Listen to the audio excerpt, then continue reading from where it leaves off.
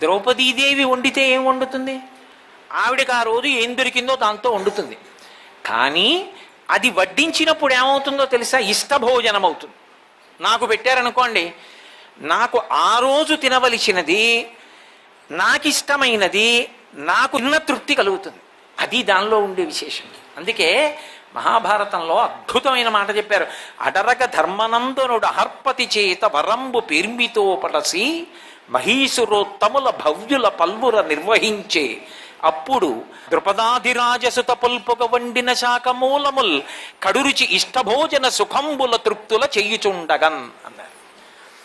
ఆ ధర్మరాజు గారికి వచ్చినటువంటి సూర్యనారాయణమూర్తి అనుగ్రహంగా లభించినటువంటి పాత్రయందు ద్రౌపదీదేవి వంట చేసి, అది అక్కడ పెట్టి ఈవిడ వంట మానేసి కూర్చోలేదు, అందులో వంట చేసింది. పుల్పుగా వంట చేసిన అందులో వంట వండితే అది వచ్చినటువంటి అతిథులందరికీ వడ్డన చేస్తే ఇష్టభోజన సుఖంబుల తృప్తుల చేయుచుండగన్.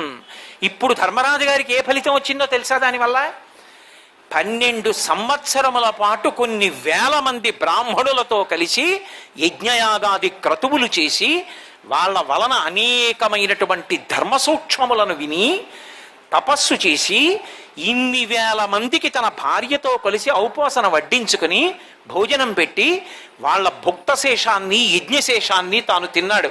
చక్రవర్తిగా కూర్చోవడానికి కావలసినటువంటి అదృష్టాన్ని ఈశ్వరానుగ్రహంగా పొందేశాడు. ఎవరు కారకుడు? సూర్యనారాయణమూర్తి. మహాభారతంలో ధర్మరాజు గారి ధర్మనిష్ట తరిగిపోకుండా నిలబెట్టడానికి అనుగ్రహించిన వాడెవరు అంటే సూర్యనారాయణుడు. ధౌమ్యుడి చేత చెప్పబడ్డాడు. అన్నం విషయంలో ఎలుగెత్తి పిలిస్తే చాలు పలుకుతాడు. ఎందుకో తెలుసా? కన్న తండ్రి తత్వం. తండ్రి అనుగ్రహించు అని అడిగితే చాలు అనుగ్రహిస్తాడు. అందుకే సూర్యుడి విషయంలో ఒక లక్షణం ఉంది. ఆయన దగ్గరకి వెళ్ళి నమస్కారం చేసే రిక్తహస్తాలతో వెళ్ళక్కర్లేదు. ఎవడు వెళ్ళి వస్తాడో వాడు హర్షంతో వస్తాడు, సంతోషంతో తిరిగి వస్తాడు. అరసవిల్లి అరసవిల్లి అంటాం శ్రీకాకుళంలో ఉన్నటువంటి సూర్యనారాయణ క్షేత్రాన్ని.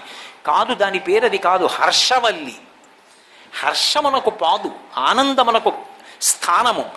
ఎందుకంటే అక్కడికి వెళ్ళి సూర్యనారాయణమూర్తిని అడిగిన వాడు రిక్తహస్తాలతో తిరిగిరాడు, అనుగ్రహించేస్తాడు.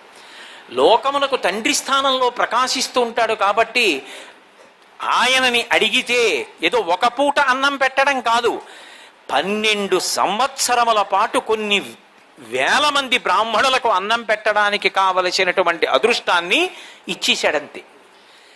ఎంత ఇస్తాడో ఆయన యందు అంత గొప్ప విశేషం ఇంకొకటి ఉంది. మీరు ఏమీ అసలు అన్నం లాంటిది కోరడం కాకుండా, అన్నం ఒకటేనా అండి అని అనుకోకండి.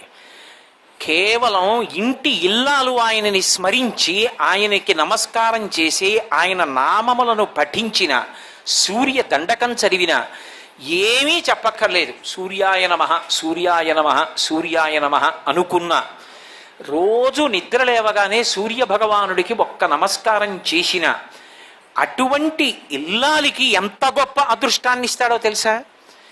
ఎన్ని కష్టాలలో ఉన్నవాడైనా సరే భర్త ఆ కష్టాలనన్నిటినీ కూడా అధిగమించి తట్టుకుని నిలబడి తేజోవిరాజితుడు కాగలిగినటువంటి శక్తి ఆమె యొక్క ఉపాసన చేత భర్తకు అందుతుంది. మిగిలిన ఉపాసనలంత తేలికకో. ఒక్క సూర్యోపాసనలో ఆయన నమస్కారము చేత ప్రీతి పొందిపోతాడు. సూర్యుడికి నమస్కారం చేస్తే చాలు ఇల్లాలు, ఆయన అంత శక్తినిస్తాడు. సర్వం శ్రీ ఉమామహేశ్వర పరబ్రహ్మార్పణమస్తు. స్వస్తి.